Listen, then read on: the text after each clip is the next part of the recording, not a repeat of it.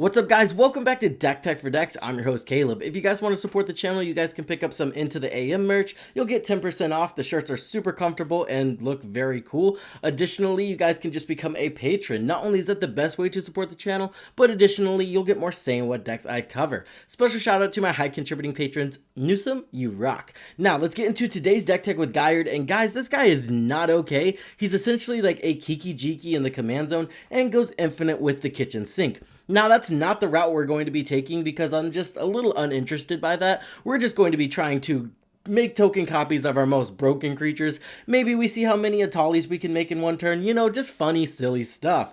But just so we do go over what this guy or what causes this guy to go infinite, basically anything that goes infinite with Kiki Jiki. The only thing we're missing is the haste aspect, right? But if we do have like a bell or a village bell ringer on the battlefield, he enters the battlefield and untaps a creature, right? Well, all of our creatures have the ability to tap and make a token. So once we make a token of village bell ringer, we can have infinite village bell ringers. Not okay, and there's a ton of creatures that do that. So again, that's what I'm saying. If you wanted to be degenerate, there is an option there, and this guy could just be a turbo creature combo deck.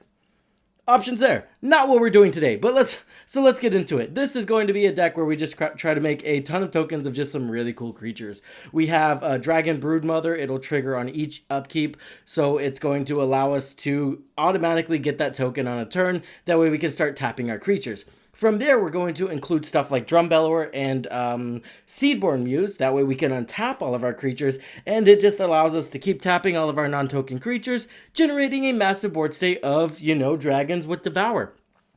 We are also on the Dryad and the Wanderglyph, do the exact same thing, just making a massive board state here. We're going to try to make as many as Atalis as possible. I want to build, I want to try to make as many Railway Brawlers as possible. We have Terror of the Peaks in the deck, just some really stupid stuff like Gruff Triplets and the new Vaultborn Tyrant. There's a lot of really broken creatures that we can try to make as many token copies of as possible. So if that sounds like a deck tech you want to get into, let's get into it. Let's kick it off by talking about the broken creatures we're going to try to make as many token copies of as possible. Terror of the Peaks is pretty messed up in this deck. If this guy resolves, we have a good shot of winning, especially if we can copy it 1 or 2 times. This is one of the cards that gets more messed up the more times we copy it, because all of them we're going to trigger the more copies we make. It's a 5/4. It can present lethal very fast in this deck. We're also running Railway Brawler and Colonial Hydra. Now, there's not very many 1/1 counter synergies in this deck, but these are 2 bombs that if you start creating token copies of them, just having them on the battlefield alone can start killing your opponents.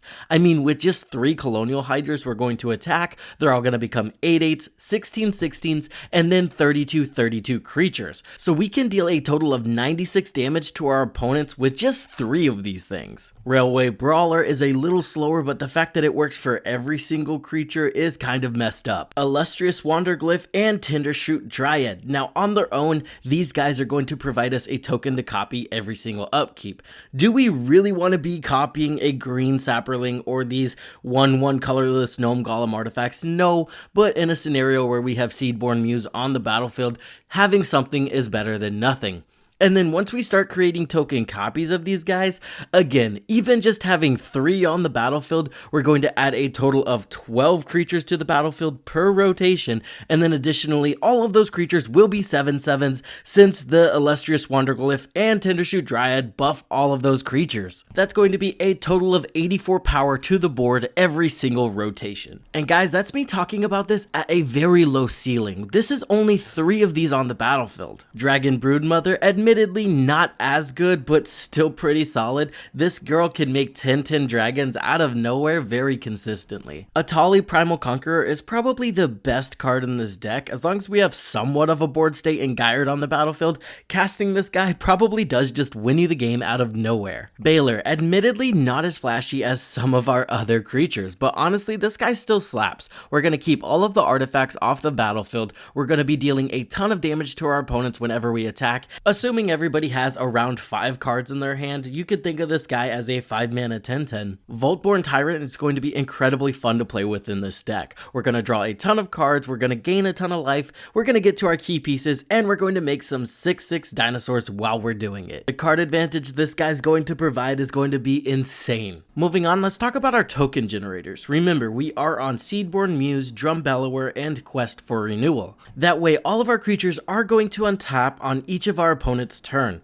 This is going to really create a board wipe or bust scenario for our opponents if we get any of these pieces on the battlefield with any broken creature to copy, along with a way to make a token copy of that creature. So just have that in the back of your mind whenever we're going over these creatures that can generate the tokens. The first thing we have is Kiki-Jiki himself. This is going to be a perfect way to make a token copy of any creature on the battlefield that's not legendary. Then we have Fable of the Mirror Breaker, again, just another Kiki-Jiki effect. This can be activated on our opponent's turns, and that's why these effects are so attractive.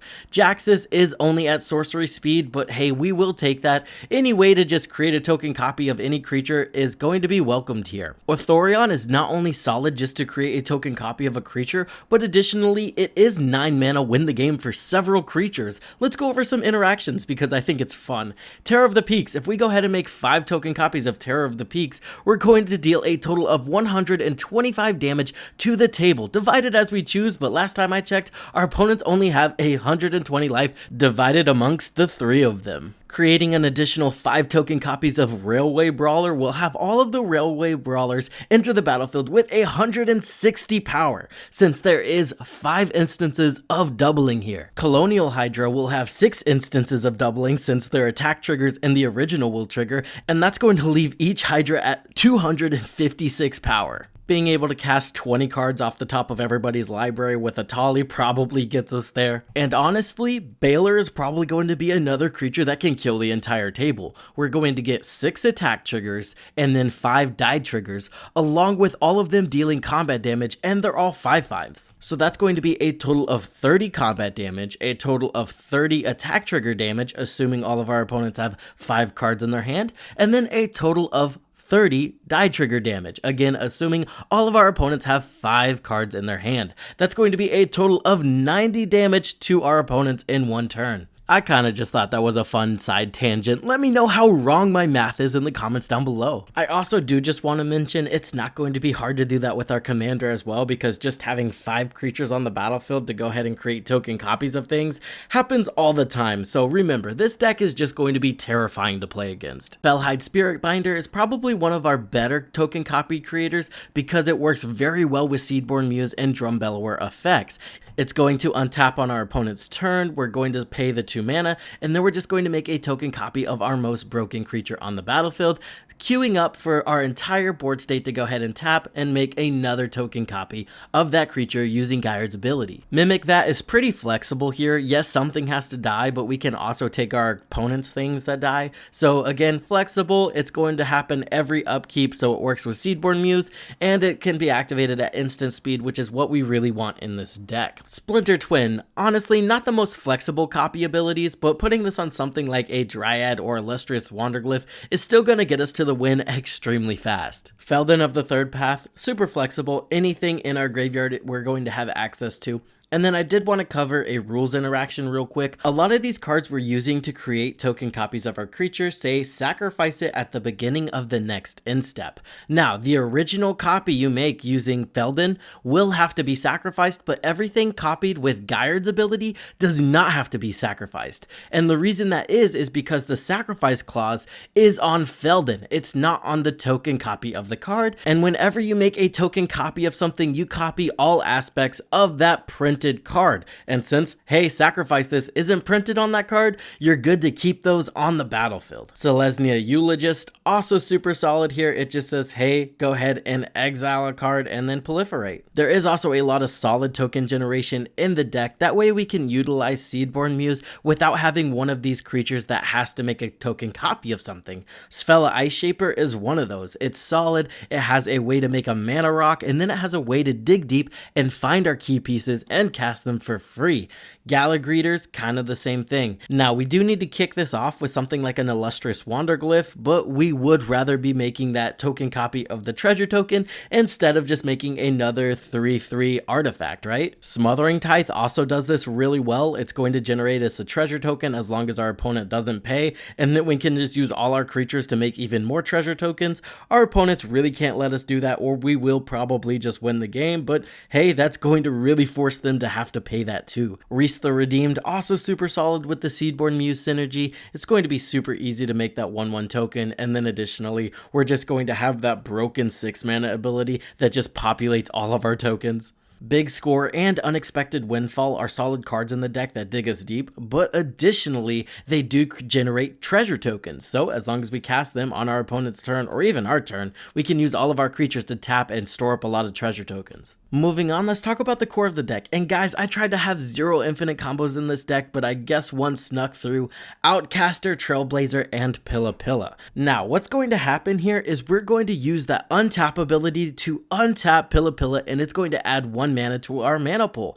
And then we can create a token copy of Outcaster Trailblazer. When Outcaster Trailblazer enters the battlefield, we're going to go ahead and add 1 mana to our mana pool. We have 1 floating from Pilla, that's 2 mana, and we can go ahead and untap Pilla to create another token copy of Outcaster Trailblazer. Again, sorry, one snuck through. This also does just draw your entire library. So yeah, enjoy that. Selvala, Heart of the Wilds is going to be amazing here. It's going to give us a lot of card advantage. It's going to tap for a ton of mana, especially when we have that Railway Brawler on the battlefield. Yeah, it's just going to be pretty insane. We do need to protect our key pieces, so Swiftfoot Boots, Clever Concealment, Heroic Intervention can do that pretty consistently. Eternal Witness is super flexible here. This whole deck creates token copies of things, so anything with an ETB that we can create a token copy of is just going to have extra utility. Invasion of Ikoria, this will get us into our key pieces, and then additionally flipping it's not going to be very hard at all. Monster Manual, there's a lot of very expensive creatures in this deck, so I'd rather be paying 2 mana for them instead of their full mana cost.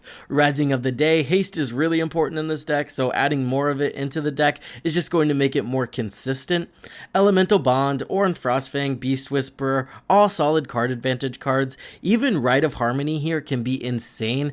It essentially reads 2 mana draw cards equal to the amount of non-token creatures you control, because again, all we're doing is tapping our non-token creatures to make broken token creatures, and it does have flashback, so we can do that twice in a game. Greater Good, we're going to have some big creatures to sacrifice and draw a ton of cards. Notably, there's some cards we care about getting into the graveyard in scenarios where we have Feldon, or maybe we're trying to sacrifice a Baylor. And then we have Greater Good and Guardian Projects for some solid card advantage. Minkskin Boo also here has a value engine. This can draw us a ton of cards, and it can pick off our opponent's key pieces in a pinch. Moving on to ramp, we went with a lot of mana dorks, that way they can double as our token copiers later on in the game. Avacyn's Pilgrim, Delighted Halfling, Birds of Paradise, Findhorn Elves, Leonwar Elves, Elvish Mystic, Bloom Tinder, Fairborough Elder, all amazing cards in this deck. Notably, making token copies of Fairborough Elder and Bloom Tinder can be incredibly impactful as well. Moving on to removal, we have Swords to Plowshare, Beast Within, Reclamation Sage, just solid removal. We also have Tybalt's Trickery. This will stop any board wipes coming our way. Bane of Progress, again, very flexible with that ETB, hoses over the artifacts and enchantment strategies. Blasphemous Act, very efficient board wipe. And then I'm giving Everything Comes to Dust a try here. We have a lot of key pieces we want to protect, so in a scenario where we are exiling all creatures, we really don't want it to exile our stuff, so this is going to be perfect here. That's going to do it for this video. If you guys are enjoying these deck techs, don't forget to like, comment, and subscribe. It really helps me out. I would like to thank my high contributing patrons, Excessum, Praetor, Newsome, Chicken Salad. You guys are amazing. Really keep the channel going. Couldn't appreciate it enough. With that being said, I hope this helped you in your deck building endeavors, and I will see you in the next one.